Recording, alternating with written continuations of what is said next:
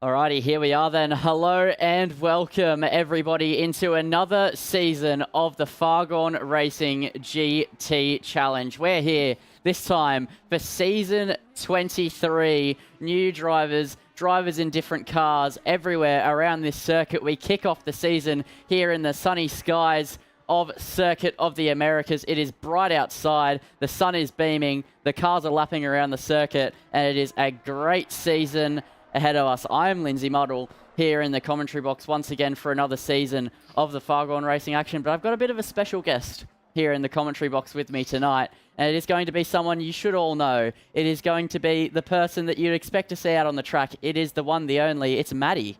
How are you? Yeah, I'm doing well. As Steve-O does some celebratory donuts on his opening lap to start off the season. Yeah, I think he's going to have a bit of a struggle. If you haven't seen already, he is in the Rita Engineering. I think it's the Gallardo. And it's not really much of a GT3 car. He's going to have a big challenge ahead of him. Yeah, so if people don't know about the rider, it's somewhere around 3 seconds off-ish a lap. So we'll see how he handles that. It's definitely going to be tough for him to try and battle out. Hopefully he can make it into the mid-pack, like we saw in practice. Yeah, he was able to get about 9th in the practice session. I don't know if he'll have such luck once everybody has the fuel out, everybody's pushing around the circuit. It's definitely going to be an interesting prospect. Can he defend his title? I don't think choosing that car that he's too bothered about that, though. Yeah, I think he's just in it for a bit of fun. I think he maybe wants to race some different people, and I'm sure that'll happen. I think for this season, we've got to have our eyes on the battle between Griffin and Andrew Long. Yeah, I was thinking about the same as well. Bartoletti was showing some promise in practice. We don't know how he'll hold up over the whole season, but he could definitely be someone to look out for. And Hoggy as well, his consistency could find him well in the fight. Yeah, very true. Should pull up the calendar and just see what do we have ahead of us, I'm wondering. Yeah, that is actually, I was just clicking over to that as you bring it up because I am disorganized as ever. So, just for tonight, so we start off the season with a sprint format race. So, 15-minute qualifying, which is already underway, Andrew Long on a lap. And then we have a 25-minute first race, 30-minute second race with a reverse top 10. Oh, the reverse top 10. Exciting. Yeah, so... that could just see Steve-O put to the front of the pack if he can manage to pull into that top 10. Yeah, but then good luck holding the stations in that car. It's a but bit it of would be fun. That would be funny. It would be funny. And he'll be put in a situation where he knows what to do, but he doesn't have the car to do it. Yep. Yeah. Well, we'll see how long he can hold people off for. Yeah, we will. It's actually looking like a pretty great calendar, though, across the board. Yeah. I wouldn't be surprised to see the Ferrari quite strong this season, actually. So maybe your Hoggy shout isn't too bad. Yeah, maybe not. So let's just run through the calendar quickly. I can't pull it up on the screen, but it is 8 rounds as per Fargone standard. So we go off to Brands Hatch next time out for round number 2. This round, best track. Yeah, for you maybe, for others maybe not. This round we're at Circuit of the Americas. I won't complain about this circuit too much. Valencia is then round 3. I absolutely adore that circuit. Then we head off to the Red Bull Ring for the halfway point. Then we head back to Indianapolis, which I feel like we go there quite a lot in the GT Challenge. And then we go to Paul Ricard, so I'll sleep through that one. And then we head off to Suzuka for the penultimate round. And then we head off to one of my favorite circuits in the world, Watkins Glen, to finish it off. Isn't Watkins Glen just a phenomenal track? You've got a bit of everything there, honestly. Yeah, I really like it. And the bus stop as well, just being able to attack the curbs. It's a circuit you've got to drive. You can't just, you can't trundle around it. You've really just got to give it everything. So I think that being the season closer is so good. Yeah. And speaking of attacking, you see Longy just flying through the S's there. One of the hardest parts of the track to get right because the cutting is just so brutal through there. Yeah, it is now as well. Stephen Reese, he's 2.7 seconds off of Longy at the moment, so he's got not bad. to do. Not bad. Yeah, in the Rita, it's not too bad. As Bartoletti heading through the triple apex right-hander at the moment on a lap, but I don't think he's pushing 110%. throughout this lap. Alexandra is also heading through the hairpin, 2 seconds up on his first effort, which was invalid. I'm noticing a lot of track limit strikes at the moment for these drivers up and down. Yeah, it's just Cota, you know, it's going to happen. I wouldn't be surprised if we get a few drive-throughs, although sometimes, you know, they really rein it in for the race and you don't get quite as many as you might expect. Yeah, but then you can also get more, because I think last season especially, behind the wheel, Stephen Reese, he had a lot of shock drive-through penalties, and the season before that. He did. He's quite known for it, actually, especially when you're following someone at this track too. You can't quite see where that cut's going to come, and it can, so when you're trying to go for an overtake, I find is when you really pile them up. Yeah, I noticed that as well, as someone who hasn't spent too much time behind the wheel, especially in recent years. I remember the feeling of, you know, you get stuck behind someone, you turn in, you slightly misjudge it, especially heading into a blind corner behind someone. It's really tricky, and Cota is very much full of blind corners. Absolutely brutal. So Hoggy's sitting half a second ahead right now with what looks like quite a handy lap, because we're looking at 26 ambient with 34 track, as Griffin just barely beats him. But, you know, 205s here aren't the easiest thing. And so with this kind of heat, I think those are some pretty good lap times. Yeah, 34 degrees track temperature at the moment, so it's definitely going to be difficult to wrestle the cars around. The tyres will be wanting to overheat as well, so definitely some tricky track conditions, as Hoggy currently up 4/10 on his previous best, and he's only 400ths behind Justin Griffin. That would be an amazing lap time from Hoggy if he can finish this off then. But this is the moment where the pressure's getting to you. These last few corners, you know you're up. Do you cut here? How wide does he go? Oh, he's right on the edge there. This final corner, you have to absolutely send it and get a good cut. I don't know how great that is. He didn't quite get over the inside. There we go, 2/10. He maybe lost a little bit in those last two corners. Yeah, I think that he did lose a little bit, especially the final corner. It looked like the front end just didn't want to bite in. The car was just wrestling a little bit, probably due to the hot track temperature. The Ferrari also not having a super responsive front end. Yep, definitely. It's very, like, you know, you'd say it doesn't oversteer or understeer the Ferrari. It just kind of meanders through the corner sometimes. Yep. And with this heat, even with a 25-minute race and a 30-minute race, I think the tyres are going to get into that window where they start to, you know, that with ACC, there's that middle window, middle of the stint, in a long stint, where the tyres are just really struggling. Yeah. Yeah, and so they'll get into that middle of the stint area towards the end of the race, which could be quite interesting if someone's trying to defend.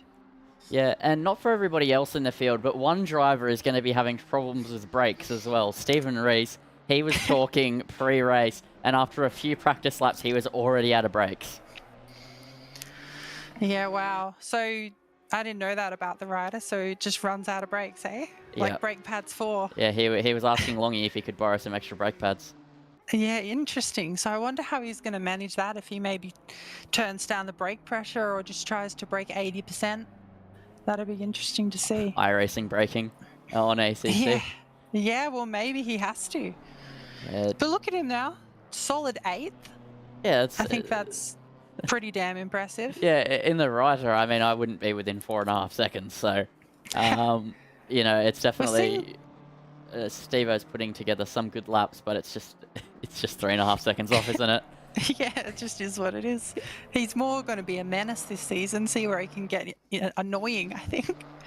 Yeah, just try and get in amongst it at reverse grids. Just try about get the car onto the pole and then just be an absolute menace, just defending as hard as he can.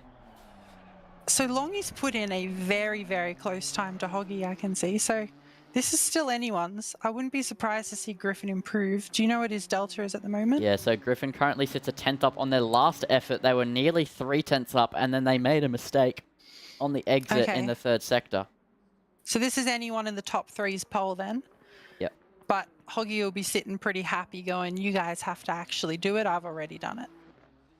Yeah, I do like it, and I think that these gaps up the front are just going to continue to close, and this season it looks like we've got a fairly balanced split between the cars. A Ferrari, McLaren, Nissan top 3. That is quite impressive, and I think we'll see these three go at it time and time again. It's good to see drivers like Griffin as well, just branching out, not using the McLaren or the Bentley or something that's known to be really quick. The Nissan, it isn't weak, but it's definitely harder to tame than the other cars that Griffin's driven previously.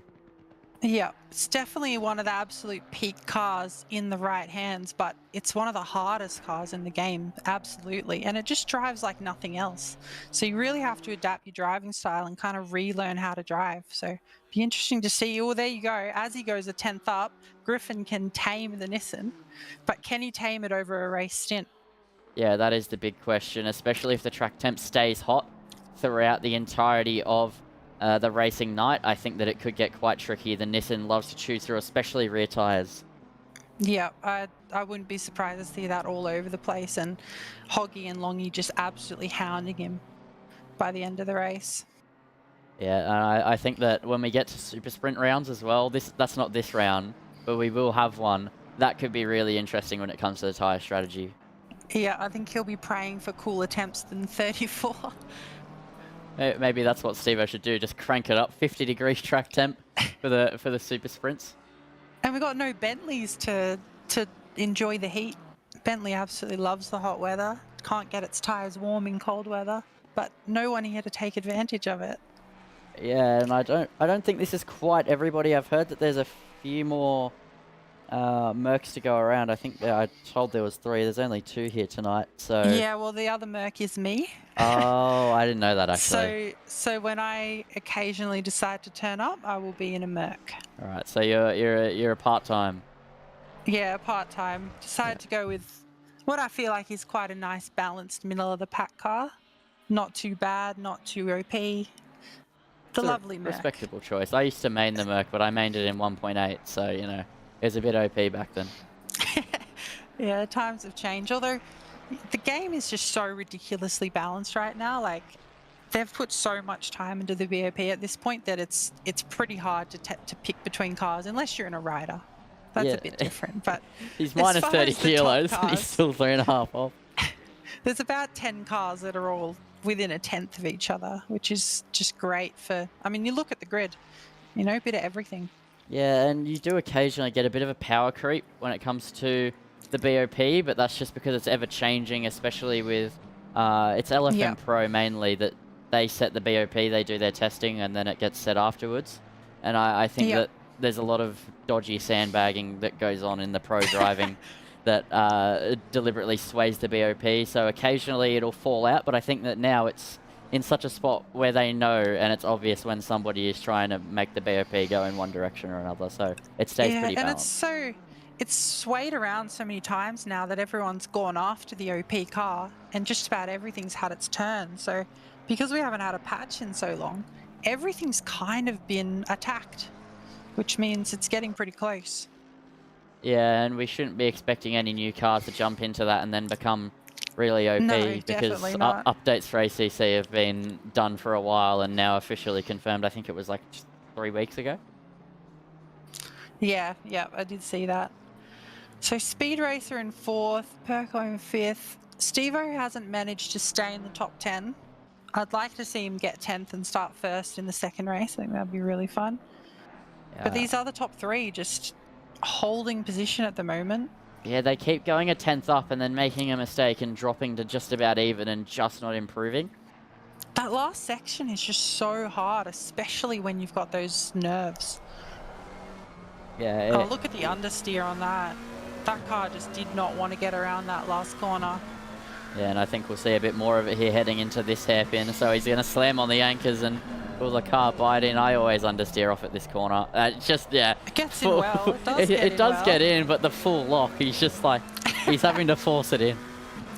Yeah, I think it gripped up pretty well considering he's probably been out for quite a few laps now. But this is really, really where it gets difficult through here.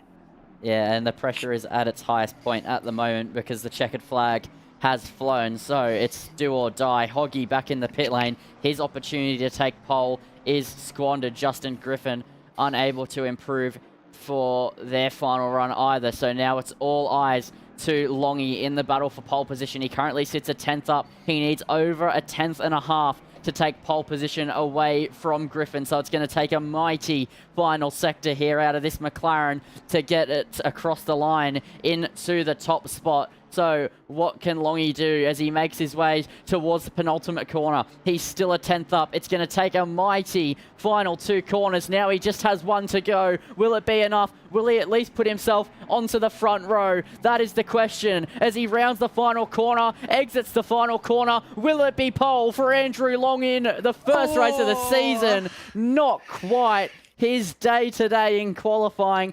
500ths, just under, off of pole position. And Justin Griffin is your first pole sitter of the season. Yeah, congratulations to Griffin, but crucial there for Longy because now he has a chance to take that lead into T1. Yeah, it does give you a good opportunity, but as well, Cota's turn 1 is such a pinch point up the hill. You can brake so late, later than you even would on a hot lap. You go as late as you can. Going up the hill, it really slows you down. You get stopped, but then it really tightens with the apex and it's being blind and everything, so it can cause quite large crashes. So hopefully we don't see that, but it's just something to keep in mind when people go for the moves. But it definitely does open up an opportunity for, I would say, anybody in the top 4 to try and take the lead. Yeah, definitely seen quite a few crashes on lap 1 T1 in my time there. It's just hard to, it's almost like a perspective issue, you know, like it shrinks and then it widens and you think you have all the space in the world and you just don't. Absolutely brutal. Yeah, I've gone through more than a few turn 1 Cotas, although probably not as many as most because I try to avoid the track like the plague. And yeah, I don't think I've ever had a time where I've not seen a yellow flag behind me or been involved in the yellow flag at turn 1. And first race of the season, well, you've got to have a crash in T1, surely. We've been over Christmas. Everybody's eaten too much food. You know, everyone's had a big New break. Year's as well. There's going to be some rust to kick off. Absolutely. So your final qualifying order will go through the top 10. So it's Justin Griffin, then Andrew Long, Hoggy, Speed Racer is your second row, then Perko, MJ, Alexandra, Bartoletti, Stephen Reese now in 9th. Will be looking to maybe go back one more to start off of pole. Then Tobasire, Bradley, Demon Boost, Dave Ross, Park, Lee, and then Tom rounds out the back of the field. So now we'll get down there and we'll take a run through the liveries because new season, new liveries, new people in different cars. Let's take a look here. Oh, is that the Ricky Bobby? I think that's the Ricky Bobby car. I think it is, but I don't know my NASCAR But with enough. the Cougar, I'm pretty sure that's the Talladega Nights Ricky Bobby car. Yeah, I think if I'm not mistaken. Yeah. And a classic Longy kind of revamped livery here. Always looking good. Yeah, it does always look good. And then, I mean, and what do you know? What's Old this? Faithful. I've never seen that before. Yeah, I know, right? Same livery as per usual. Then Speed Race. Is that the Rossi? I think that's the Valentino Rossi. It's a different livery though, a different spin on it again. It looks so nice. Yeah, looks great. What do we got here? Mega Man. Is that Mega Man? I'm not sure. I'm not old enough for this stuff. I'm not old enough for I think it's Mega Man. I'm not sure. Maybe it's something else. Someone in chat might yell He-Man. it. Yeah. No, I think it's He-Man. Yeah. Yeah, that makes sense in my head. I'm sorry. I need to be just a little older. Then we have Perkins with another spin. Luckily, it's not a Manchester City livery anymore. As we'll gloss over that one and now head back to Alexandra. That's a stunning livery on that Porsche. I do like the colours on that. Yeah, it's a great colour. Pretty standard Fargone livery, but just with the nice metallic. The classic Martini. Yeah, I like that. Lovely. Normal Steve-O livery. Yeah, nothing new there, but that car is tiny compared to the rest of the field. It's so small. It's something else. And that's pretty much all the aero he's got. Right there. Is it based on a Gallardo or something? Yeah, it is a Gallardo, yeah. The classic Mustang livery with some different colours. And we've got I found out pre-race, the Prost liveried. Okay. Yeah. Mercedes, but we almost have our first race start of the season. So we'll get underway very, very shortly. So we're underway for the formation, well, corners here. And Maddie, what normally goes through your head before a race start off the front? Just stress, just pure stress, just absolutely locked in. Do not blink. You can't blink because if the lights go off and you're blinking, you're absolutely doomed. A lot of the time you're concentrating on balancing your brake and your throttle pedal to get that perfect brake boost. We'll see how these two cars off the front line should launch really well, but Hoggy is going to have to perfectly brake boost if he wants even a hope. Yeah, so here we go then for the first race of the season. The green flags are ready to fly. The green lights are ready to illuminate here at Circuit of the Americas for the first time of season 23. We're underway for racing action. Griffin gets off to an absolutely electric start. Now here comes Hoggy looking to the inside of Andrew Long. He goes for it late on the brakes. He pulls up alongside the McLaren as they head through the pinch point at turn 1, and he's not able to get the place just yet as now they dive back down into turn 2. The inside goes back to Longy, and he remains in second position. Hoggy has to settle for third, as meanwhile Speed Racer was having a go at Perkins as well through that first little section there, but they are able to hold it, and now they go one by one as they head back into the S's, back into rhythm, as they try to keep it clean through the first lap of the season. Nothing going at turn 1, nobody involved in big accidents, as that was too wide there. I think it was between Dave Ross and Swooper, though I'm not too sure. No, I think it might have been Logan Park. They're having a little bit of a squabble with Dave Ross, actually, as they continue to battle away. Back up the front, Griffin has already booked a bit of an advantage as they head onto the straight. This is where the GTR can stretch its legs. 9/10 already the advantage out the front. You got to respect the effort from Hoggy there, though. Getting a good launch in the Ferrari, being better on the brakes on the inside, which is hard to do. Doesn't quite get it done, though, but it's a great effort. Yeah, it was a really, really good effort, as that's Perkins wide there. That's going to invite Speed Racer up the inside. Now he gets the outside for this one, but he's already through. He takes the place here in the opening lap, and that was absolutely phenomenal, but just a big mistake creeping in there. Still potentially a little bit of learning going on in the cockpit of that GTR. Not an easy beast to tame. Yeah, certainly not. Just trying to get that braking right and trying to, you know, sometimes you just try and turn that car in and it spins, and sometimes you try and turn it in, it just doesn't. It's just such a weird car. I think it got him caught out just there, and hopefully he can get it under control. Griffin's just pulling away by the look of it, yeah. But yeah, Hoggy... Steven needs to change cars. Steve-O 8th though. Solid effort. It's right there with Bartoletti. Here's a question I've had, but I've never asked Steve-O. Over the course of 23 seasons, how many championships has Steve-O claimed? Well, mostly all of them, Mostly I think. all of them. I know that Nick claimed one in the early days. Yeah, Longy got one, you got one. Longy's claimed a solid few. Yeah, I've gotten one. And basically the rest belong to Steve-O, yeah. Speaks volumes, doesn't it? Yeah, indeed it does. If he picks his best car and tries his hardest, he will most likely win the season without some unfortunate events. Maybe. I wonder if he'll play a wild card. Well, hopefully at some point we'll see him in something a bit better. Surely he's not going to go winless. Playing the minus 40 kilos isn't going to do anything for his rider. I'm sure it already has it. Yeah, it has minus 30 at the moment. He didn't even minus 40 himself. Jesus. He should minus the bloody density of the sun or something, because even then I think it'll still be 2 seconds off the pace. Yeah, absolutely.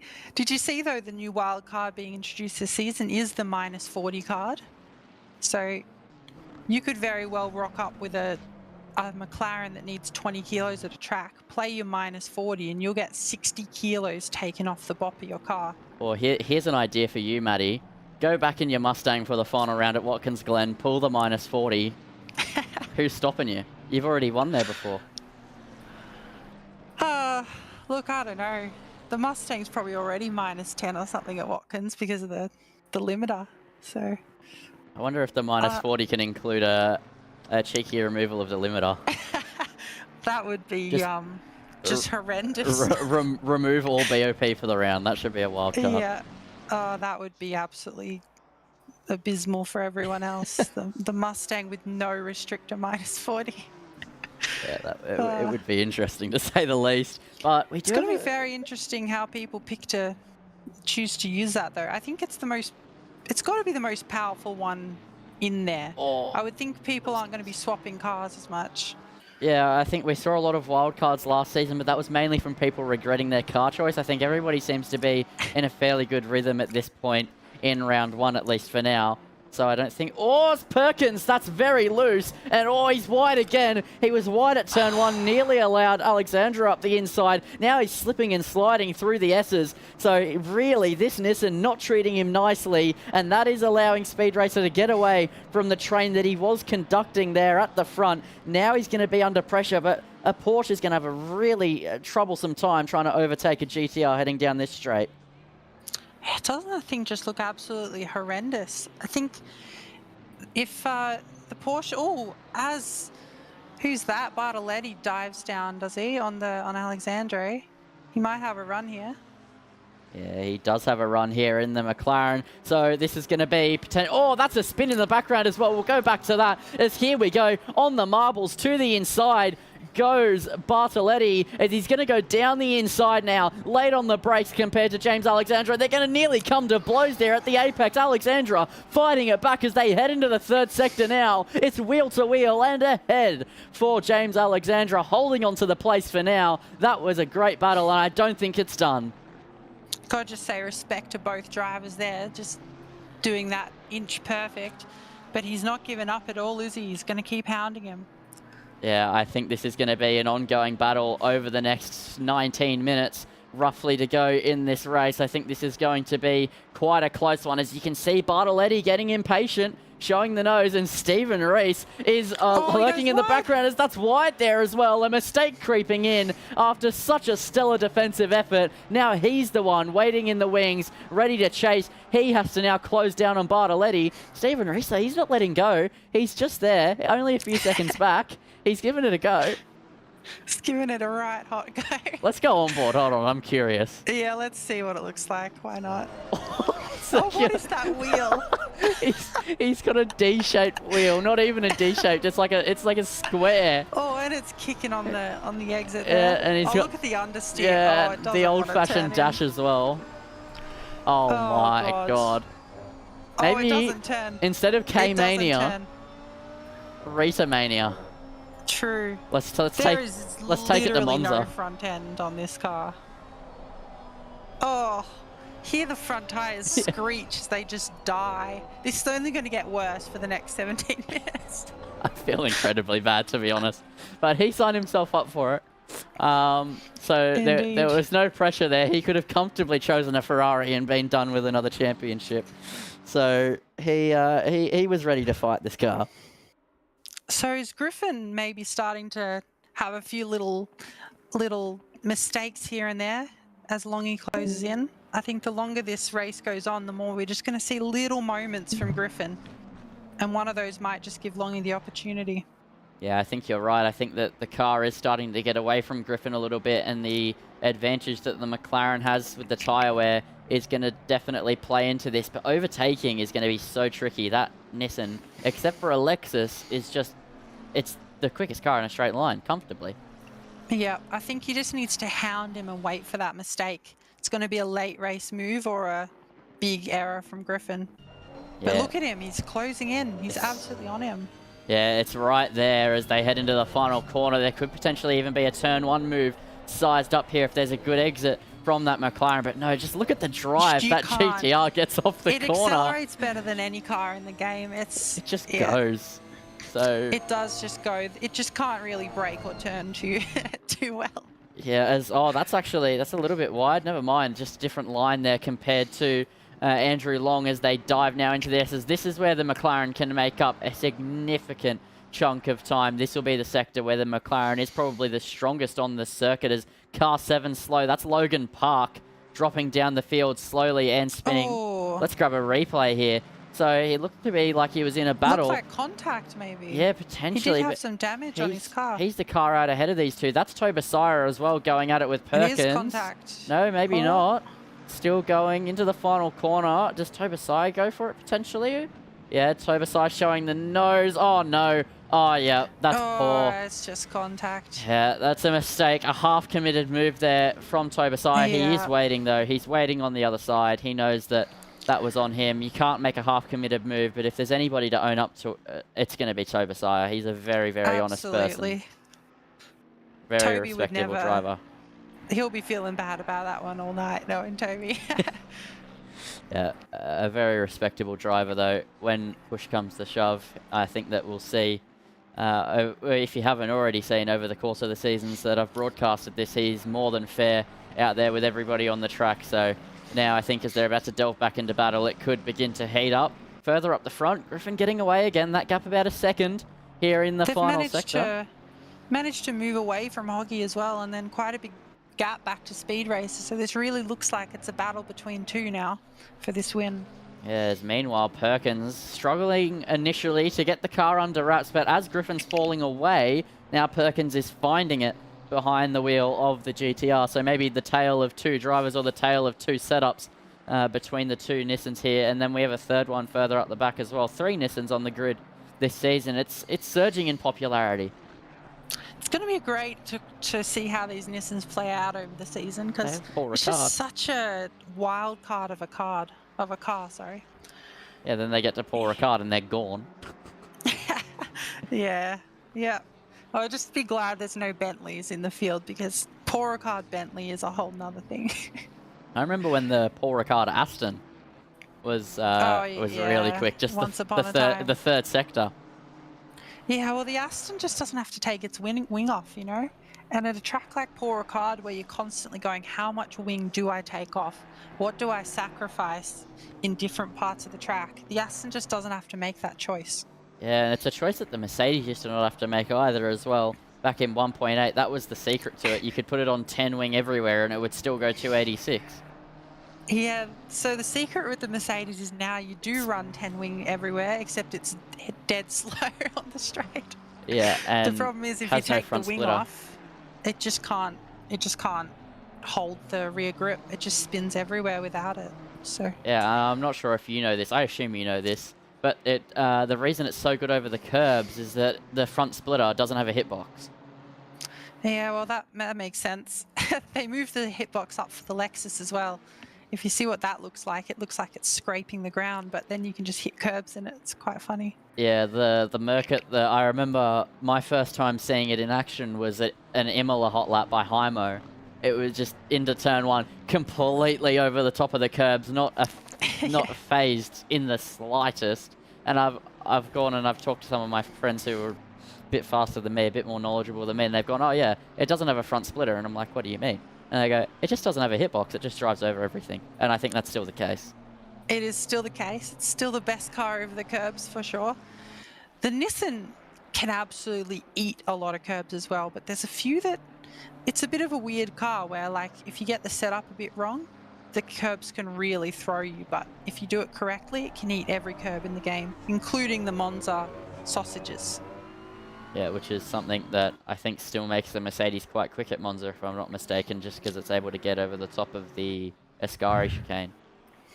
I personally struggle to get lap times down at Monza in the Mercedes, but I think that's because of the curbs. You know, when a car has to hit the curbs perfectly to get a good lap time, it actually ends up making it worse because the car is bopped to perfectly hit the curbs. Yeah. So you're actually a lot better off in a car that's bopped to miss the curbs.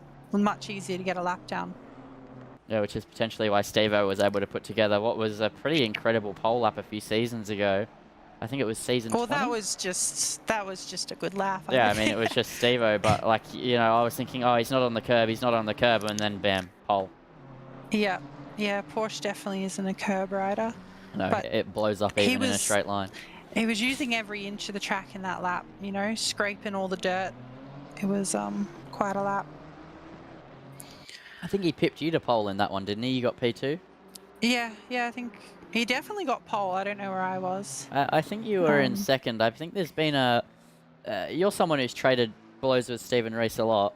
When you're entering a qualifying session against Steve-O, especially when you have, say, a super sprint with 3 qualifyings in one night, what's the mentality there?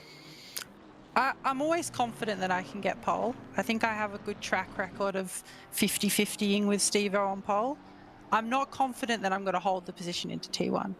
That's where I get actually nervous. It's always the race that makes me nervous, never quali. How many times did you lose it off of pole to Steve-O in season...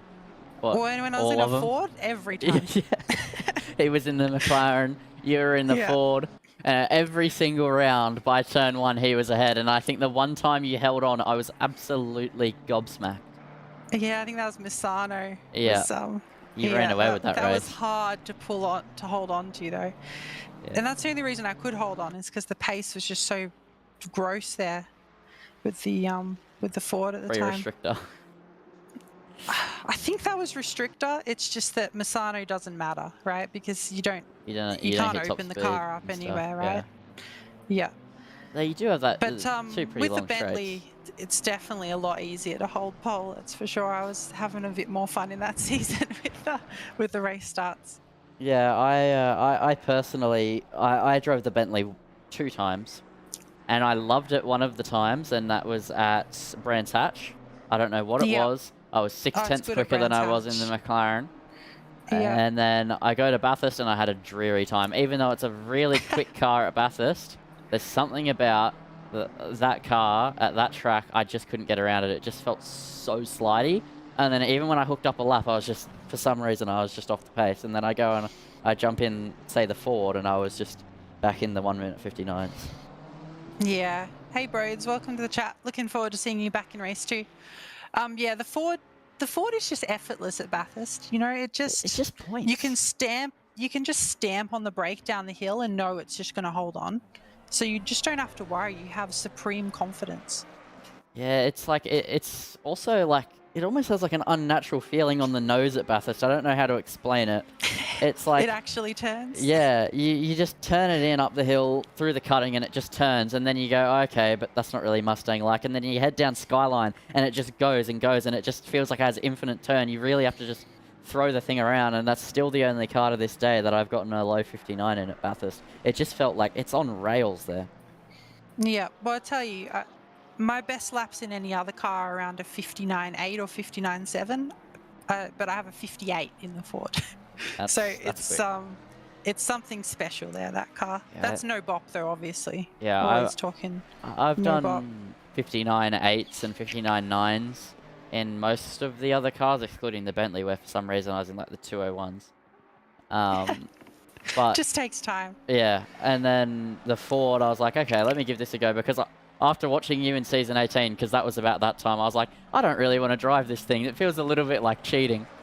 And then I was like, oh, I've just got to give it a go, though. Everybody's in the 58s. And then I was like, oh, 59 low. Right. That works.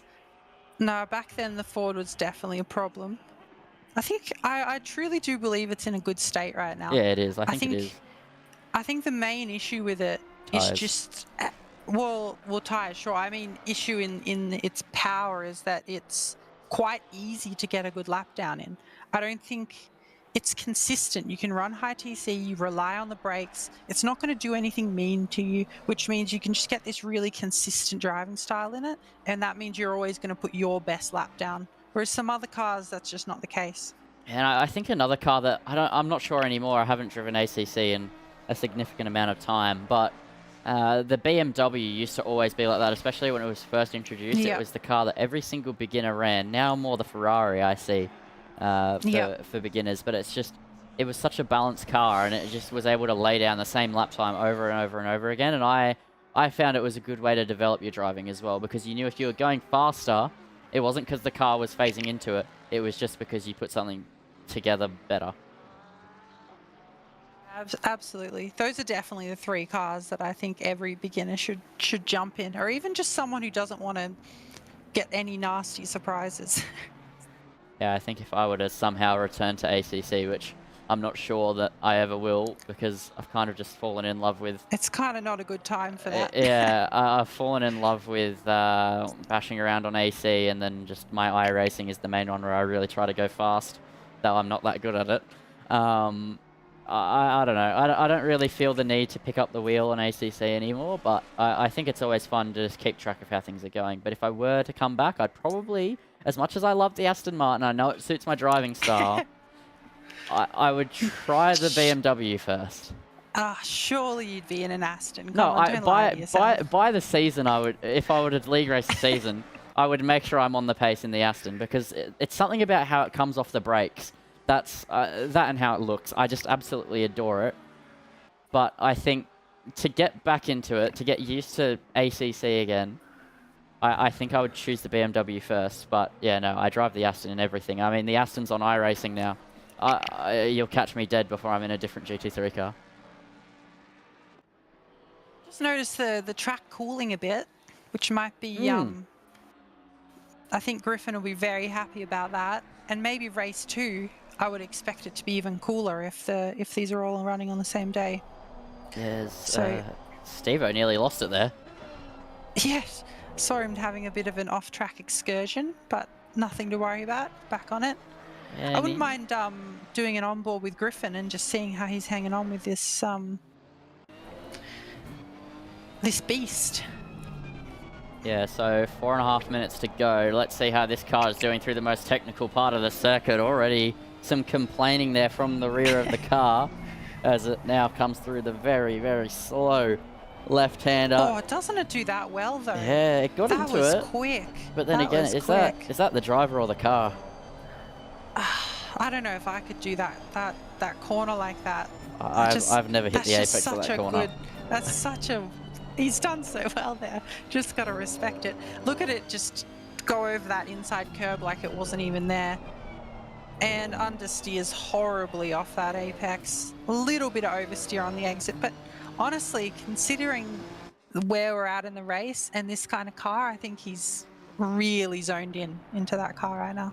Yeah, I don't think that was looking too bad. I think a lot of that comes down to the driver. I probably would have put that GTR in the fence more than a few times at this point, knowing my track record behind the wheel of that thing. I had to drive it for a 12-hour at Misano. That was miserable, to say the least.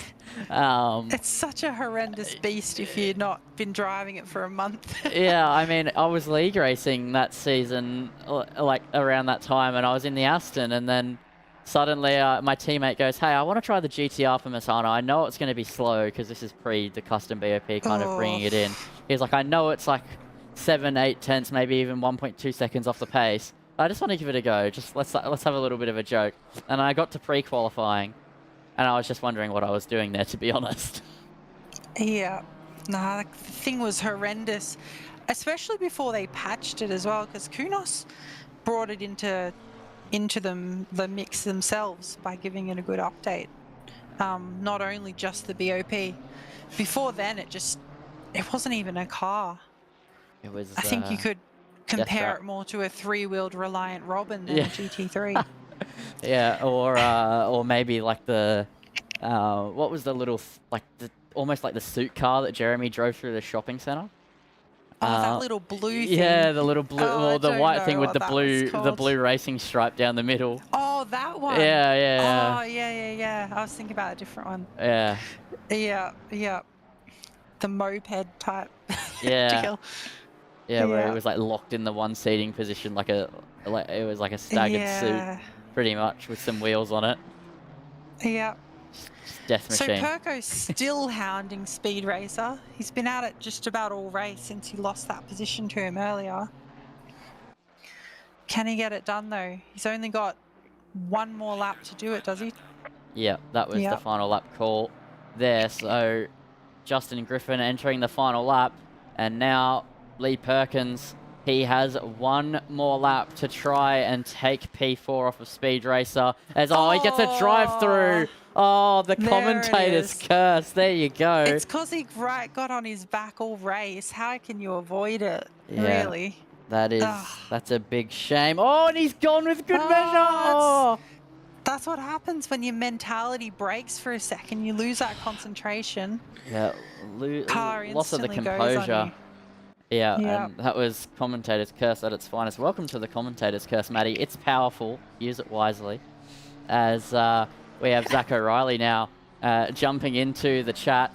But Justin Griffin, 1.3 seconds out in front. 56 seconds left on the clock. Here on the final lap. Longy, he'll sit there. He'll sit behind, but I don't think he's going to be able to get it done. Yeah, it doesn't look like it. Griffin just has to hang on for this last little section. He doesn't have to push super hard. Longy's not going to have an opportunity as long as Griffin doesn't go off the track. And if you ain't first, you're last, in the words of Ricky Bobby. And Griffin is definitely doing Ricky Bobby proud right now with this win. Yeah, and this has been an absolutely stellar performance out of Justin Griffin to take pole and then be able to run with that momentum and take it into a race win. Only a few corners to go until that sets in and becomes reality. That'll drop him to P10 for the second race, for the starting position. But the opening pole sitter of the season, and now with 2 more corners to go for Justin Griffin here in race number 1, the opening race of the season. It's first pole, first punch, first blow, and first win here in this GT Challenge season. Justin Griffin crosses the line to win race 1 of round 1 here at Circuit of the Americas, taking it by 0.7 of a second over Andrew Long, and I think that shapes the tone for the season. These two are the championship battle. Absolutely. It's what we kind of thought coming into this race, that those two are going to be close and maybe Hoggy could give them a go. As Dave Ross gets a drive through on the last lap as well, unfortunate for him. So he's going to drop a few positions. I think Steve-O's close enough to jump into 7th with that Perco drive through, is he? Just, yep. Yeah. So that should be interesting to see how well he can hang on to that position coming into the next race.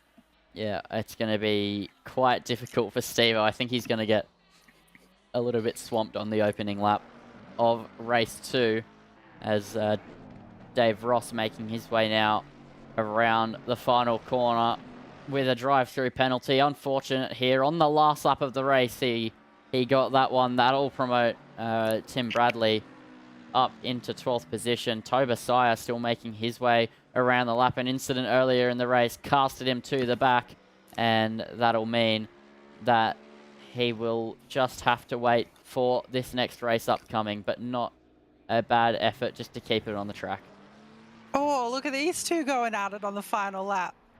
Hold on. This is for 15th place, and Tom sideways. They're drifting his Ferrari. He's all over the road. They're both sliding all over the road. Oh, and he gets it back, maybe. So it's 2 by 2 heading into the penultimate corner. Now to the inside of the final corner. Tom is going to have a go on the outside. Logan late on the brakes, hits the apex. Tom tries to switch back. I think Logan's going to hold on. It's a drag race towards the line here for 15th position. He does hold on. That was an unexpected battle here at the end of race 1. Errors at the end of that race.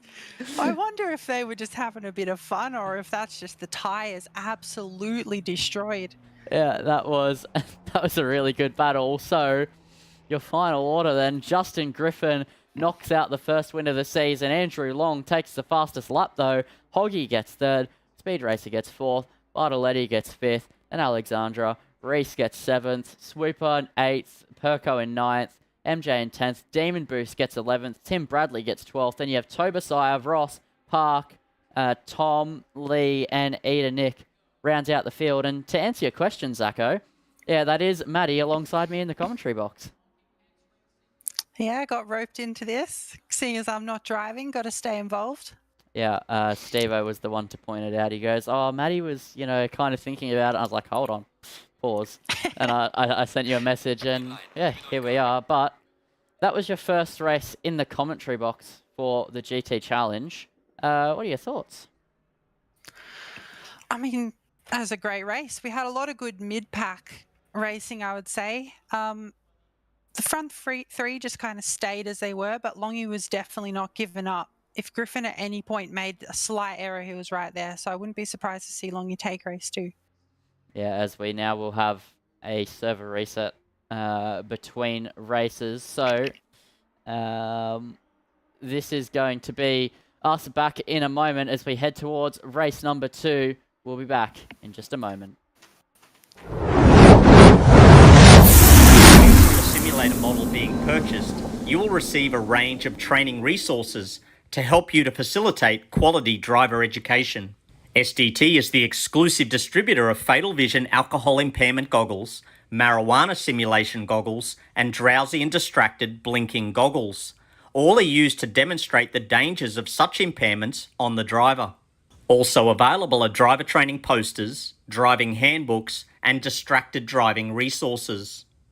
Our simulators make the perfect training tool for drivers to experience how various impairments affect their performance. Depending on the simulator model being purchased, you will receive a range of training resources to help you to facilitate quality driver education. SDT is the exclusive distributor of Fatal Vision alcohol impairment goggles, marijuana simulation goggles, and drowsy and distracted blinking goggles. All are used to demonstrate the dangers of such impairments on the driver. Also available are driver training posters, driving handbooks, and distracted driving resources. Our simulators make the perfect training tool for drivers to experience how various impairments affect their performance. Depending on the simulator model being purchased, you will receive a range of training resources to help you to facilitate quality driver education. SDT is the exclusive distributor of Fatal Vision alcohol impairment goggles, marijuana simulation goggles, and drowsy and distracted blinking goggles. All are used to demonstrate the dangers of such impairments on the driver. Also available are driver training posters, driving handbooks, and distracted driving resources. Our simulators make the perfect training tool for drivers to experience how various impairments affect their performance. Depending on the simulator model being purchased, you will receive a range of training resources to help you to facilitate quality driver education. SDT is the exclusive distributor of Fatal Vision alcohol impairment goggles, marijuana simulation goggles, and drowsy and distracted blinking goggles. All are used to demonstrate the dangers of such impairments on the driver. Also available are driver training posters, driving handbooks, and distracted driving resources. Our simulators make the perfect training tool for drivers to experience how various impairments affect their performance. Depending on the simulator model being purchased, you will receive a range of training resources to help you to facilitate quality driver education. SDT is the exclusive distributor of Fatal Vision alcohol impairment goggles, marijuana simulation goggles, and drowsy and distracted blinking goggles. All are used to demonstrate the dangers of such impairments on the driver. Also available are driver training posters, driving handbooks, and distracted driving resources.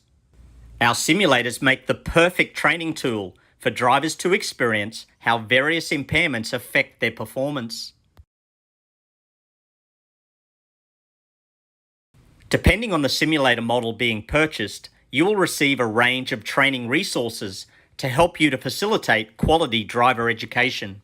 SDT is the exclusive distributor of Fatal Vision alcohol impairment goggles, marijuana simulation goggles, and drowsy and distracted blinking goggles. All are used to demonstrate the dangers of such impairments on the driver. Also available are driver training posters, driving handbooks, and distracted driving resources. Our simulators make the perfect training tool for drivers to experience how various impairments affect their performance. Depending on the simulator model being purchased, you will receive a range of training resources to help you to facilitate quality driver education. SDT is the exclusive distributor of Fatal Vision alcohol impairment goggles, marijuana simulation goggles, and drowsy and distracted blinking goggles. All are used to demonstrate the dangers of such impairments on the driver. Also available are driver training posters, driving handbooks, and distracted driving resources. Our simulators make the perfect training tool for drivers to experience how various impairments affect their performance. Depending on the simulator model being purchased, you will receive a range of training resources to help you to facilitate quality driver education. SDT is the exclusive distributor of Fatal Vision alcohol impairment goggles, marijuana simulation goggles, and drowsy and distracted blinking goggles. All are used to demonstrate the dangers of such impairments on the driver. Also available are driver training posters, driving handbooks, and distracted driving resources. Our simulators make the perfect training tool for drivers to experience how various impairments affect their performance. Depending on the simulator model being purchased, you will receive a range of training resources to help you to facilitate quality driver education. SDT is the exclusive distributor of Fatal Vision alcohol impairment goggles, marijuana simulation goggles, and drowsy and distracted blinking goggles. All are used to demonstrate the dangers of such impairments on the driver. Also available are driver training posters, driving handbooks, and distracted driving resources. Our simulators make the perfect training tool for drivers to experience how various impairments affect their performance. Depending on the simulator model being purchased, you will receive a range of training resources to help you to facilitate quality driver education. SDT is the exclusive distributor of Fatal Vision alcohol impairment goggles, marijuana simulation goggles, and drowsy and distracted blinking goggles. All are used to demonstrate the dangers of such impairments on the driver. Also available are driver training posters, driving handbooks, and distracted driving resources. Our simulators make the perfect training tool for drivers to experience how various impairments affect their performance. Depending on the simulator model being purchased, you will receive a range of training resources to help you to facilitate quality driver education. SDT is the exclusive distributor of Fatal Vision alcohol impairment goggles, marijuana simulation goggles, and drowsy and distracted blinking goggles. All are used to demonstrate the dangers of such impairments on the driver. Also available are driver training posters, driving handbooks, and distracted driving resources. Our simulators make the perfect training tool for drivers to experience how various impairments affect their performance. Depending on the simulator model being purchased, you will receive a range of training resources to help you to facilitate quality driver education. SDT is the exclusive distributor of Fatal Vision alcohol impairment goggles, marijuana simulation goggles, and drowsy and distracted blinking goggles. All are used to demonstrate the dangers of such impairments on the driver. Also available are driver training posters, driving handbooks, and distracted driving resources. Our simulators make the perfect training tool for drivers to experience how various impairments affect their performance. Depending on the simulator model being purchased, you will receive a range of training resources to help you to facilitate quality driver education. SDT is the exclusive distributor of Fatal Vision alcohol impairment goggles, marijuana simulation goggles, and drowsy and distracted blinking goggles. All are used to demonstrate the dangers of such impairments on the driver. Also available are driver training posters, driving handbooks, and distracted driving resources. Our simulators make the perfect training tool for drivers to experience how various impairments affect their performance. Depending on the simulator model being purchased, you will receive a range of training resources to help you to facilitate quality driver education. SDT is the exclusive distributor of Fatal Vision alcohol impairment goggles, marijuana simulation goggles, and drowsy and distracted blinking goggles. All are used to demonstrate the dangers of such impairments on the driver. Also available are driver training posters, driving handbooks, and distracted driving resources. Our simulators make the perfect training tool for drivers to experience how various impairments affect their performance. Depending on the simulator model being purchased, you will receive a range of training resources to help you to facilitate quality driver education. SDT is the exclusive distributor of Fatal Vision alcohol impairment goggles.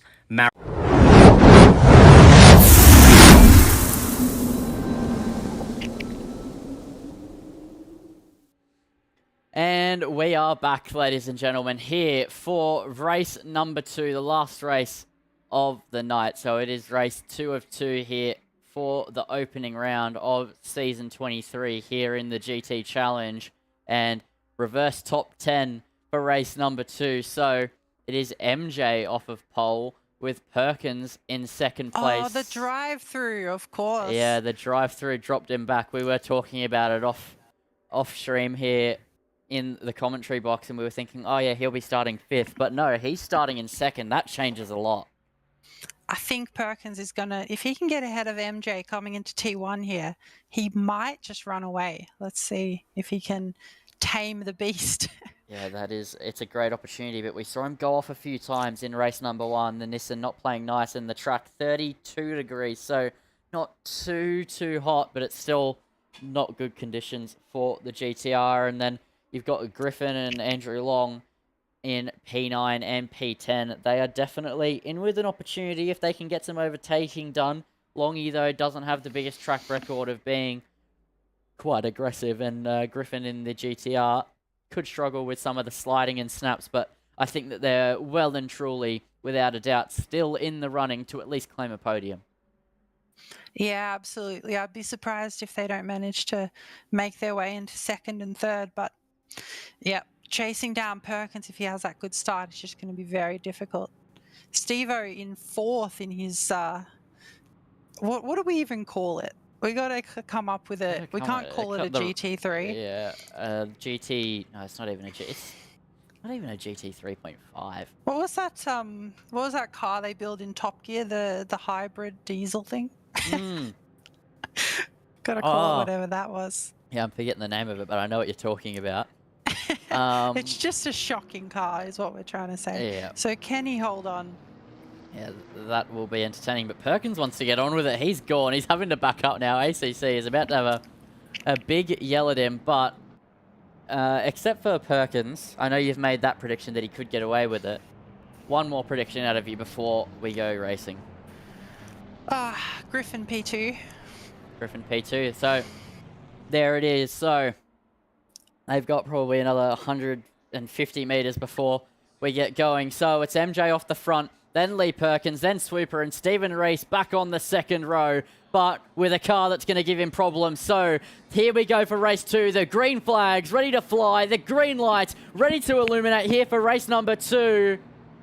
And we're underway for racing action. MJ does get off to an absolutely electric start, actually. The BMW getting a good jump. But here we go. Perkins on the outside. Pinches the BMW all the way to the inside. Now he's going to have the inside line as they dip down through turn 2. And that is the lead of the race there for Lee Perkins. That was absolutely sublime driving. MJ not wanting to give it up, though, as they head into the S's. It is absolutely going off at the moment. Stephen Reese is able to move up into 3rd position. Alexandra, though, wanting to have a piece of it back, though. That Rita is definitely going to be getting in the way, no matter the driver behind the wheel. Meanwhile, Speed Racer on the back of Bartoletti and Hoggy as well, already trying to make inroads. Justin Griffin looking to make places up, but still stuck behind Andrew Long at the moment, but I don't think that that is going to last long as they head into this hairpin. Yeah, late braking from Perkins there, just snaps P1. Very well done as Griffin goes down the inside of Longy. He's going to have the run down the straight here. Yeah, he is. So this is going to be a move for P9. The GTR stretching its legs in a straight line as they head down towards the hairpin. So this is going to be a battle of who can brake later. Justin Griffin has the inside line. They're going to go and they're going to brake very late.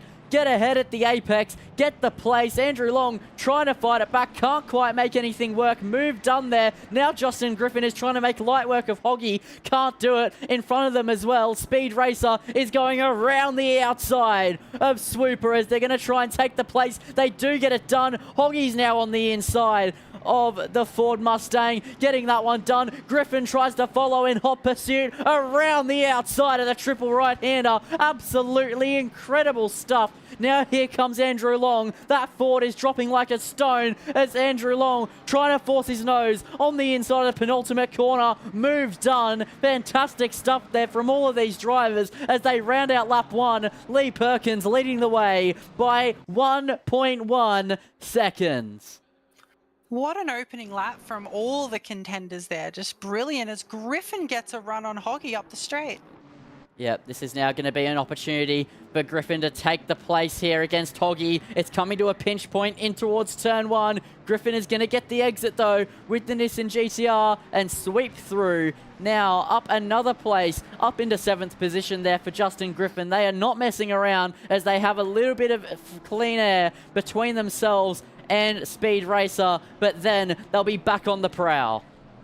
What a ridiculous opening stint there from Griffin. That's just perfectly done. He couldn't have done any more. Absolutely brilliant. And what is Steve-O doing in 3rd? That's what we've got to ask. He's still holding on at the moment, but I think he could be under some pressure. In fact, he is under pressure. Here comes James Alexandra down the inside of the slow speed hairpin. Steve-O cuts back though. What a move this would be if he can switch back to hold position as they go drag racing down the straight. It's Rita versus Porsche. This is absolutely incredible defense here from Stephen Rees, and he does hold on. That was an absolutely fantastic switchback. That's ridiculous. He shouldn't be holding on to that right now. You've got to be frustrated if you're in that Porsche right now looking at the back of that Gallardo. Yep, that was absolutely incredible, and that was like millimeter perfect. If he'd been even an inch further forward, he would have clattered into the back of that Porsche, but the confidence to switch back on it, get the power down, and just trust the car to use its straight line speed. And now Alexandra is becoming a little bit frustrated, sitting there looking behind the Gallardo as you have the likes of Bartoletti trying to close in, but more importantly, Justin Griffin is now on the back of that Bartoletti Speed Racer fight, so it's not long before Griffin gets past both of them and then inevitably ends up behind the Steve-O train. And he's loving this that they're fighting. 3 of them now. He's going to just pick them off easily. Oh, Steve-O goes off. This is about to get really spicy. Yeah, this is about to heat up as they now head in towards turn 1. Bartoletti on the inside, and then in the background, Griffin's on the outside. Speed Racer makes it 3 wide nearly as they head into turn 1. Oh no, there's contact. Stephen Rees has been spun round, trying to pinch it towards the apex. Bartoletti was just squeezed, just not left enough space, and that was contact. Griffin gets 2 for the price of 1. Now Griffin has to chase down James Alexandra, but it all went wrong at turn 1. Let's take a look at the replay here. Oh, we just knew something was going to go wrong there. 5 into 1 doesn't go. It's so hard to judge your braking markers here. Oh no, that wasn't Steve-O pinching it. Nah, Steve-O's corner there. Yeah, he just can't carry enough speed in that car and the closing speed from the cars behind. It's hard to judge that when you're surrounded by cars. You've got someone ahead of you. Oh, as there's secondary contact with the unsafe rejoin. Oh no. And what a valiant effort it had been so far from Stephen Rees, and now he's relegated to the back where he surely can't make any inroads as that Rita driving like that of a Kenworth truck as he tries to get it around the circuit, but back up the front now, back in 3rd position. This is now heating up. You have the 3-way battle in the background, but the one I'm more interested in is this one. It is Justin Griffin versus James Alexandra, but before that kicks off, it looks like Hoggy is in a bit of a battle with Longy at the moment. They were side by side briefly into turn 13, but nothing are doing at the moment as Hoggy actually wants to go. As meanwhile, Griffin getting aggressive, showing the nose on the outside at the triple right. This is fantastic racing from these 5 cars on the track at the moment as they head through the 3rd sector. Now, Griffin on the outside, And that is clearly some signs of struggle here for James Alexandra. Griffin says thank you very much. It's a bit wide from the Porsche. Now the Nissan is right up the inside and right into the podium places. Griffin has a lot of work to do now, though. It is a good 3.7 seconds up the road to P2, then another 2.4 to Lee Perkins in the same piece of machinery, but there's 23.5 minutes still to go. God, you got to think that maybe the prediction was wrong at this point, because Griffin is just mincing the field. He doesn't care. He goes past anyone whenever he wants.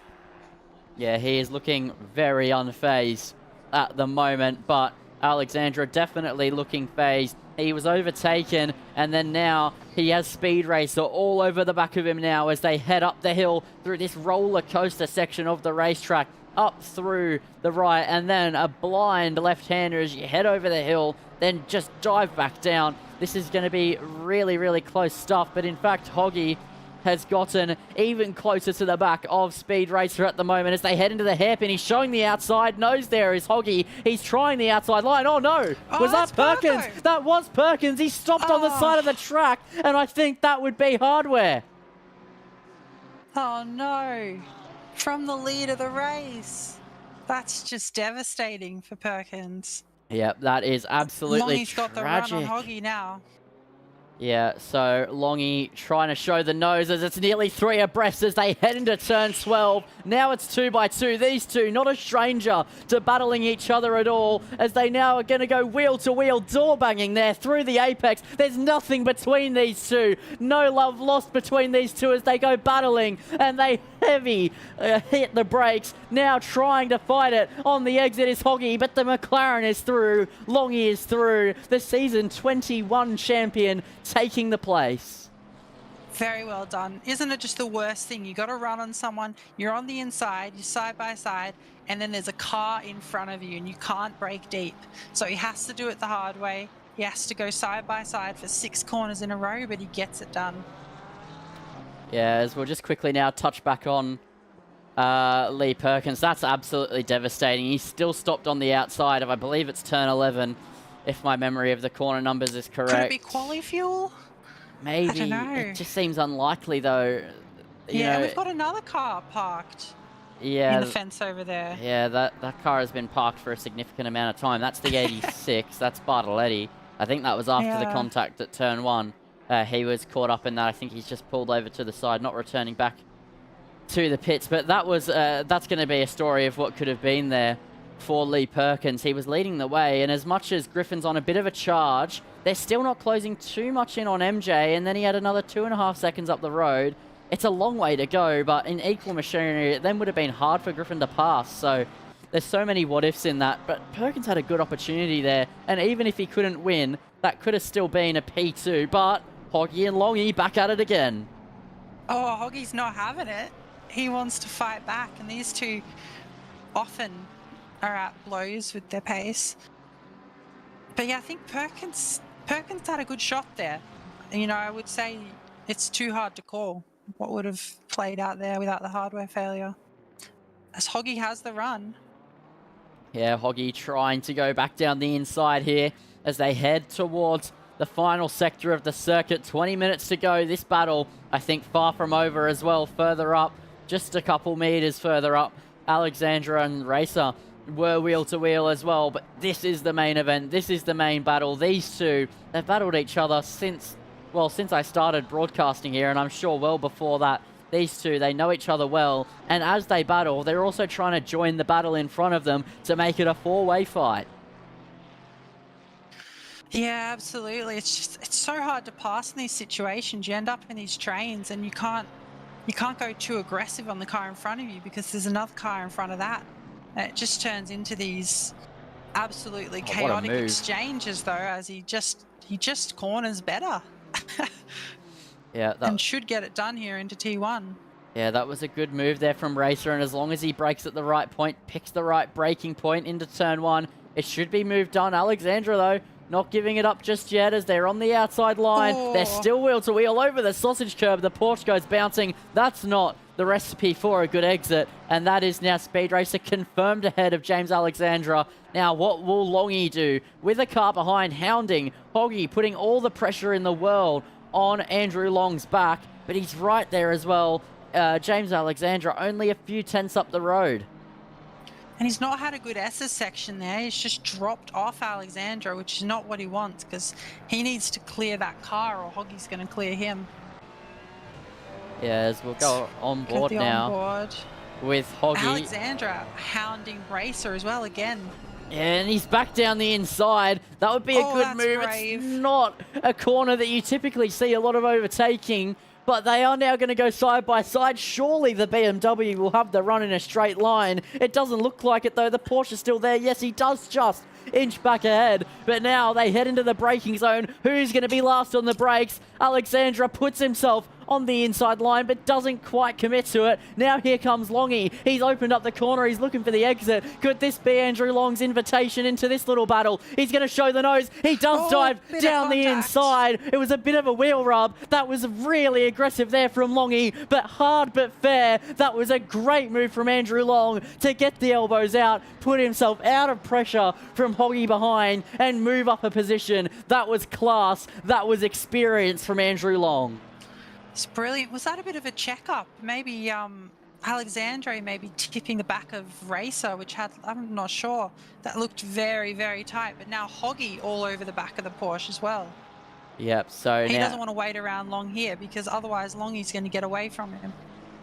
Yeah, and that is something that he'll know, and he's going to want to make quick work now as they head up towards turn one. Could this be the opportunity? Look at him, he's right there, and Andrew Long is trying to make another position. I didn't even notice that, to be honest. Poor casting on my behalf. I do apologize.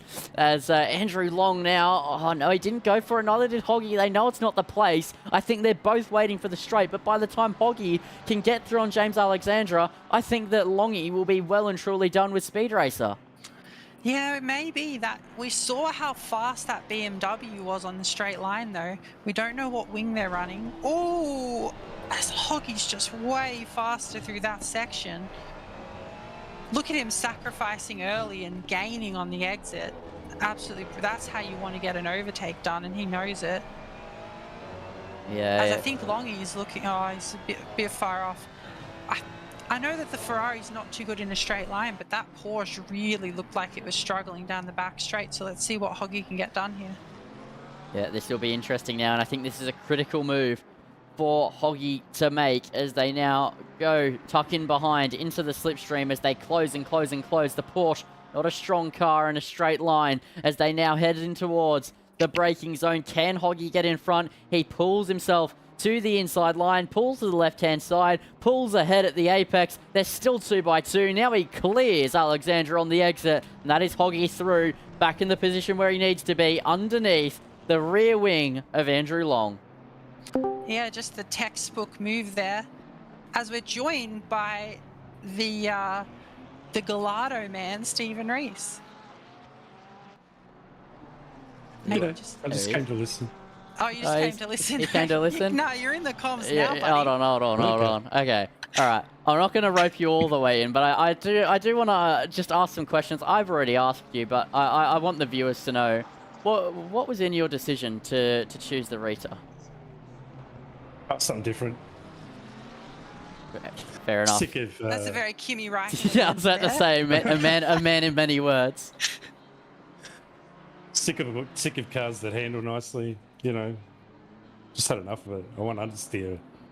Oh, hold on. Sorry, it's just kicking off here. Longy and Hoggy now going wheel to wheel. It looked like Longy was trying to make a move on Speed Racer. He checked up at turn one. Hoggy saw his opportunity to strike. It's now surely not. They won't go 2x2 at the S's. No, they won't. They back down. Andrew Long holding onto the place for the moment, but it's getting really close between those two. Every time Longy is trying to mount a charge on Speed Racer, he goes for it. If he doesn't get it done, Hoggy goes knocking on the door. But speaking of knocking on the door, Alexandra is back on the outside of Hoggy. He wants this place back, and he wants it back badly.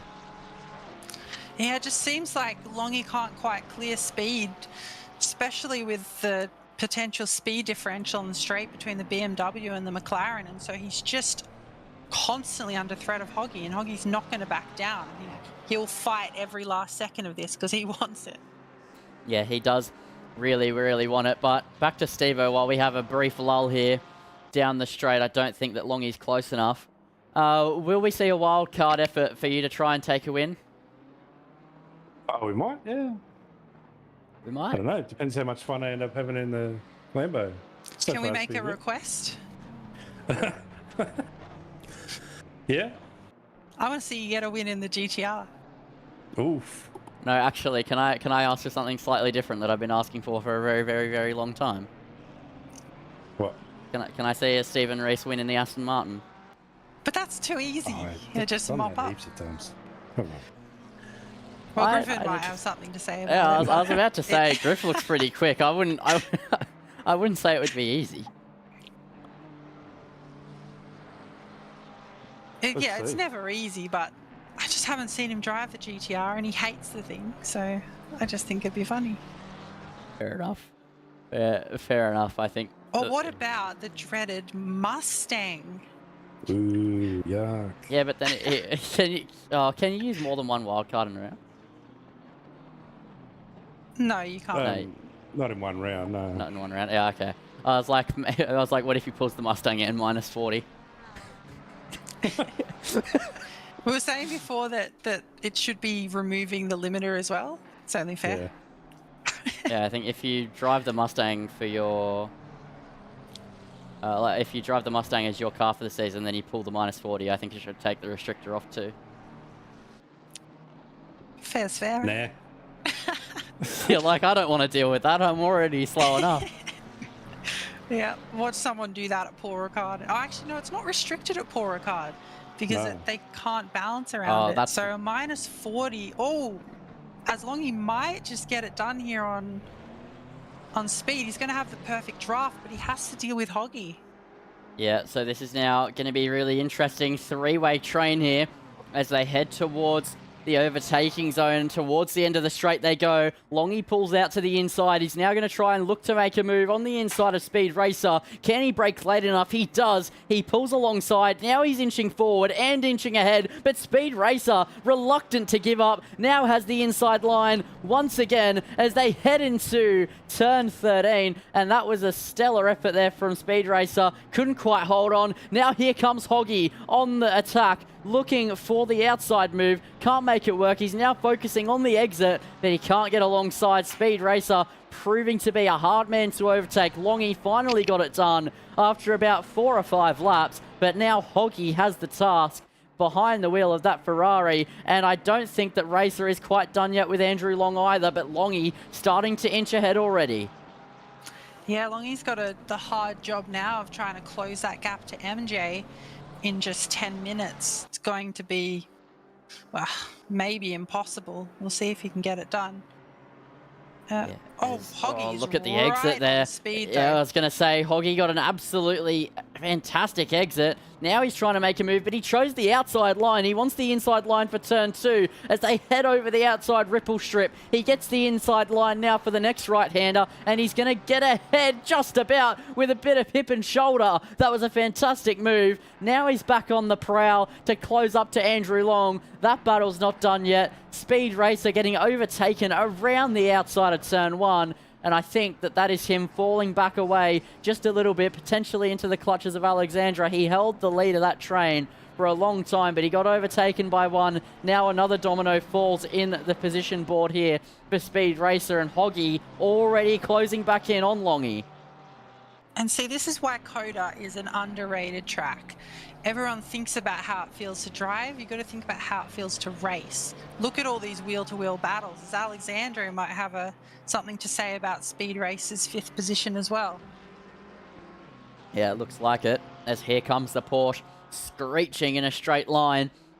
Towards the braking zone they go, but I don't think he's going to be close enough unless he goes really late on the brakes. This would be audacious if he does. He doesn't quite go for it. Looked really deep there, though, in the braking zone, nearly running up the back end of the BMW in front, but Alexandra just starting to get a bit punchy. Maybe the Porsche coming back into their favour as this race goes on. He was struggling at the start, and there he goes struggling again. But when he does have that thing on a rope, it absolutely seems to be going for him. Yeah, you got to wonder what's happening to Speed as well. After holding off Longy the entire race, suddenly he might drop 3 spots. I don't think that BMW is very happy right now, if I had to guess.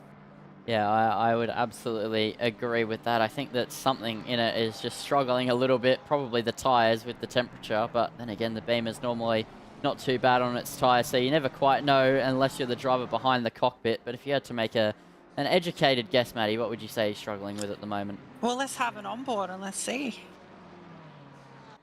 Shall we? Oh, no, Oh, mind, as hold on, Hoggy hold goes on. for There's a that was move on deep from Longy Longy. The timing there as we try to go cockpit and diagnose the problem. Here we go. They're going to be battling, but just about Longy holding on. But it was really deep under the brakes there at turn 1 for Longy. Hoggy saw the opportunity, tried it, but I think that actually the around the outside move at turn 1 proving to be a little bit underrated at the moment because you get the inside for the next one. Yeah, he just looks like the faster driver now, right, though, in this late in the race. He's been hounding Longy basically all race. Anytime Longy gets a gap, Hoggy closes it right back up, but he just can't get the overtake done because he's in a Ferrari. It's like Hoggy's just pacing himself a little bit, focusing on keeping the car in a good window. So even when Longy pushes and gets away, then his car falls out of the window and then Hoggy just closes back up, but then he gets Ferrari. Yeah, it's going to be very hard to get it done, but at least it's a McLaren. If he's going to get it done anywhere, it's going to be late on the brakes. Yeah, that is absolutely it as they head into turn 12 and yeah, not an overtaking opportunity there for Hoggy because he just wasn't quite close enough, but it looks like Speed Racer as well simultaneously has found a little bit of time. He's, just as we were talking about him, off his stride. He's found his stride once again, got back into the rhythm, and look at him, he's on the back of Hoggy. Might have just been a bit of concentration fatigue. Does tend to happen mid-race. You just get out of your mojo and start to make a few errors, but he seems to have dialed it back in. Let's see if he can give Hoggy some problems and maybe give Longy some breathing room. Yeah, so let's see what happens here. 6 minutes 40 to go here in this one. Yeah, is just horrendous there. And I think that might be the problem diagnosed then. Well, usually if you can't see what's going on from the outside, it's probably understeer because you're going to see oversteer. Yeah, you'll see it in a big way as well because normally oversteer on ACC leads to a wall. Pretty rough on the front tyres this place. Yeah. There you go, comment from a man behind the wheel himself. But then again, Steve-O as well. I mean, I know it's rough on the front tyres. You're also in a car that doesn't seem to know what its front wheels do. Oh, you're still driving. Yeah. I'd assumed you pulled over. Yeah, bugger it. He's just Steve-O, still going walk for us it. through a So lap. how's the heat treating you? How overheated are your tyres? This track's not too heat sensitive, I think. Yeah, Lots of open spaces. I think the tyres get enough time to cool down. Okay, so the first sector's horrendous. S's, it doesn't know what to do for S's. It just can't turn through them. There's Gets a no little bit front end. confused. When it's turning left and then you have to turn right, it doesn't understand. But that's okay, you make your way through here, and the McLaren behind, you can see, is catching up rather rapidly through this section. Now into the wide open spaces. It's actually got pretty good straight line speed, I've discovered tonight. Can definitely hold its own. Oh, that understeer. It was a bit heavy on the brakes there, but You've got potentially the oldest technology a GT3 car has ever recorded. I'm surprised it can be called a GT3 car. this next section is probably the worst section for this car. Kinda got it stopped there. This Cota in particular, it turns in nice, but then it doesn't want to rotate after that. So you kind of have to just feed it some throttle and hang on.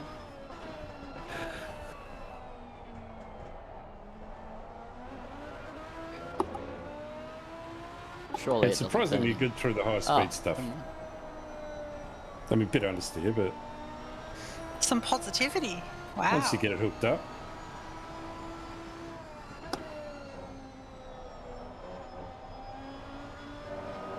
If you can get it to the apex, okay. Yeah. It's really good on exit. Nice It's little obviously not going last to break sector any lap there. records, but Looked a lot better than that first S's section, that's for sure. So Griffin has absolutely run away. Yeah. He's 9 seconds ahead. Maybe would have had this one done and dusted no matter what else happened. killing it. Ricky Bobby. Yeah, so it is the Ricky Bobby car. I thought Yeah. so. Yeah. Although in his case it's called Griffy Bobby. Oh, Griffy Bobby. Oh, it is too. Look at that. Griffy Bobby. Brilliant. So Longy has caught up to MJ, but he's still got Hoggy right on his tail. So it's going to be interesting how he manages to navigate this. Yeah. He might just lose the position in trying to take one. Yeah, 3 minutes to go. It's heating up now as they catch the back of the BMW. This could be really interesting. Oh, Hoggy nearly flying into the back of Andrew Long there as they now delve into the third sector. This is where it begins to get a bit tricky, and Hoggy fell back as well because of that mistake. That's a snap there from Longy. And, oh, another one, and another snap. That McLaren starting to struggle and maybe feeling the pressure from behind, and also the pressure to try and get ahead here with not too long remaining in this race at Circuit of the Americas. Yeah, didn't look best pleased at all just then. Trying to take a different line. Didn't quite know how to react. Oh, surely not. Around the MJ goes a bit outside. wide. No, that wasn't ever going to work. Oh, MJ's had a snap, he though. Loses it. And that allows Longy to go and get it done. Now here comes Hoggy on the offense. But then again, it's a great exit off the back of the final corner there for MJ as he's trying to re-pressure and reclaim second position after the mistake. That's not going to work for him. Now he's defending the inside against Hoggy as they go 2 by 2 as they head into turn 1. It's going to be absolute pandemonium as they head through the apex as well because Speed Racer sees an opportunity to try and take a place as that is a move done there for Hoggy. And up behind Andrew Long once again here on the penultimate lap of the race. Now he has some work to do, but MJ and Speed Racer also are about to go at it. Yeah, any time that Longy thinks I've cleared someone, Hoggy's going to take a sec to get by him. I've got a second to breathe. Nope, Hoggy gets through them immediately. He will not stop chasing Longy and sitting on his rear bumper. Yeah, every time that Andrew Long thinks he's hit hard enough to get away, it just looks like Hoggy just gets back up and hits even harder, making a move straight away here. He's going to have a good run here. Yeah, that's a good exit. With 1 minute and 10 to go, they're heading towards the last lap. This is the second last lap of the race here and of the night, so this is going to be gloves off stuff between these two. It's been a battle that has lasted all race, and now it comes down to this. One more lap after this one, and look at it. It's neck and neck, nose to tail. Yep, absolutely close. I think Hoggy might be able to get this one done. I just think he deserves it after all this hounding. Let's see if he can do it on the final lap. Griffin now 12 seconds ahead. He does not care. MJ... Where's MJ? Oh, the thing hasn't updated. So Speed Racer has got by MJ. MJ's... Where is MJ? MJ's not there. He's gone. Because Speed Racer's ahead. Oh, yeah, he fell back. He's fallen back far. That is some kind of pace drop off there or a mistake. Yeah, really far back. But now we head on to the final lap of the race. Justin Griffin still leading the way by a very, very long margin. 11.8 seconds. So we'll cut back to them before they cross the line. That has been a stellar performance, but we'll touch more on that in a moment's time. But for the moment, the eyes are on these two. The battle that has gone on all race long. Andrew Long versus Hoggy, as now they dive into the first sector for one last time. And look at it. The Ferrari is pushing Andrew Long through the corners. Hoggy's been brilliant through the S's all night. Although that, as I say that, he drops off Longy a little bit, maybe doesn't quite get his line right while he's right on the bumper. So this is going to be really difficult now. He's going to have to rein... Oh, as he loses the rear, this is going to be almost impossible now. Yeah, a mistake at the point of not there for Hoggy. Look at how far back he is, and I think that is the nail in the coffin after a battle that lasted so long. But we have seen Hoggy catch up some pretty significant margins in this race. But with just a straight and a couple of corners to go, I think that is going to be it for his chances trying to claim the P2 in this one over Andrew Long, but still a stellar effort from him and from Longy as well to make their way back up through the field. But now our eyes turn back to Justin Griffin.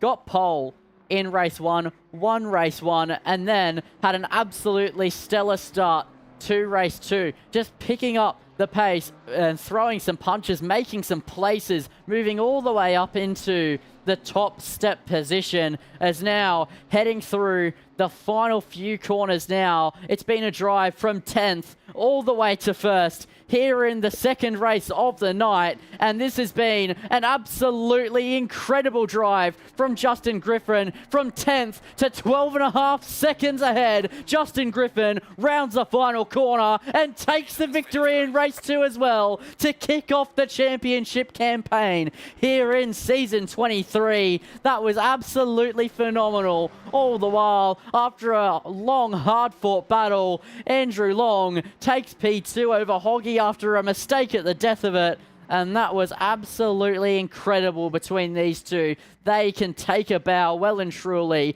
That was the best battling I've seen in quite some time. So there you go. We have a reverse top 10, but we get what looks to be the same order in the top 4.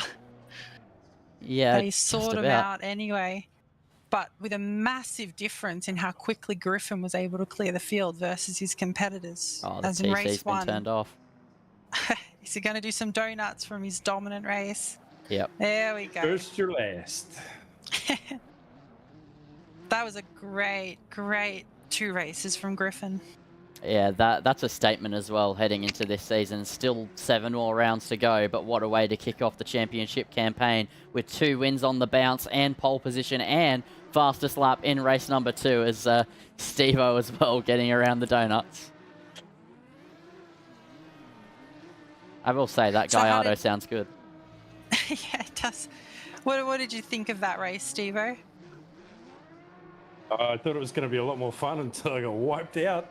But it was When good. you came out of T1 in 3rd, what were you thinking? I was thinking, this is nice. I might be able to get a top 5 here. Yeah, I was pretty surprised. You were holding on well, actually. I Yeah. was disappointed, but things happen. That where you got hit, that corner was chaotic. Did you see what was in your rearview mirror? Yeah, I saw that the McLaren was going to be coming up the inside, Yeah. but I didn't There was think he'd be about coming 5 that far up the cars all inside. sitting there. Yeah. Yeah. Well, what a night of racing to kick off the season, Matty. Yeah. Brilliant. I mean, Cota just delivers. How many wheel-to-wheel battles did we have that race? I have no idea, but it was endless. There was Hoggy, plenty. just relentless. He spent half the race side by side with Longy. Yeah, that was absolutely great driving from him. But now we'll run through the finishing order. So Justin Griffin takes the win here in race 2. Then Andrew Long gets 2nd. Hoggy gets 3rd. Speed Racer gets 4th. Then you have MJ and Alexandra rounding out the top 6. Then you have Swooper, Reese, Tim Bradley, Tobasiah, Tom Marzella, Lee, Ross, Park, Perkins, Bartoletti, and Demon Boost rounds out your order. I think that Park as well picked up a drive-through in that race for track limits. And yeah, that was a great night of racing. And Maddie, I want to thank you for joining me in the commentary box. Yeah, no problem. As just thought I'd jump in and give it a go. Never cast it before, but fun. Yeah, you did. Well, I think my computer crashed. What? Oh. Internet issues, something going on. No, my. Okay, I see what happened. My ACC crashed and then proceeded to crash all 3 of my monitors. Now they're back, but it said Unreal Engine is exiting due to D3D device being lost. Lovely. Anyway, what a note to end the stream on. Thank you for joining me. Thanks for watching, everyone. Yeah. Yeah, thank you for joining me in the box, Matty. You did well, and I don't think that'll be the last time this season. Well, we'll see. We'll see. I'm gonna have to do We'll some. see how the Have to do some more how the convincing. people react. Maybe I'll jump back in. Alrighty. Well, for now, that'll be all here on Sensational TV. I've been Lindsay Model and joined by Maddie in the commentary box. Thank you for watching. I'll be around next Tuesday for another round of the GT Challenge. Until then, have a good rest of your night. Sensational TV YouTube channel. Don't fucking miss it.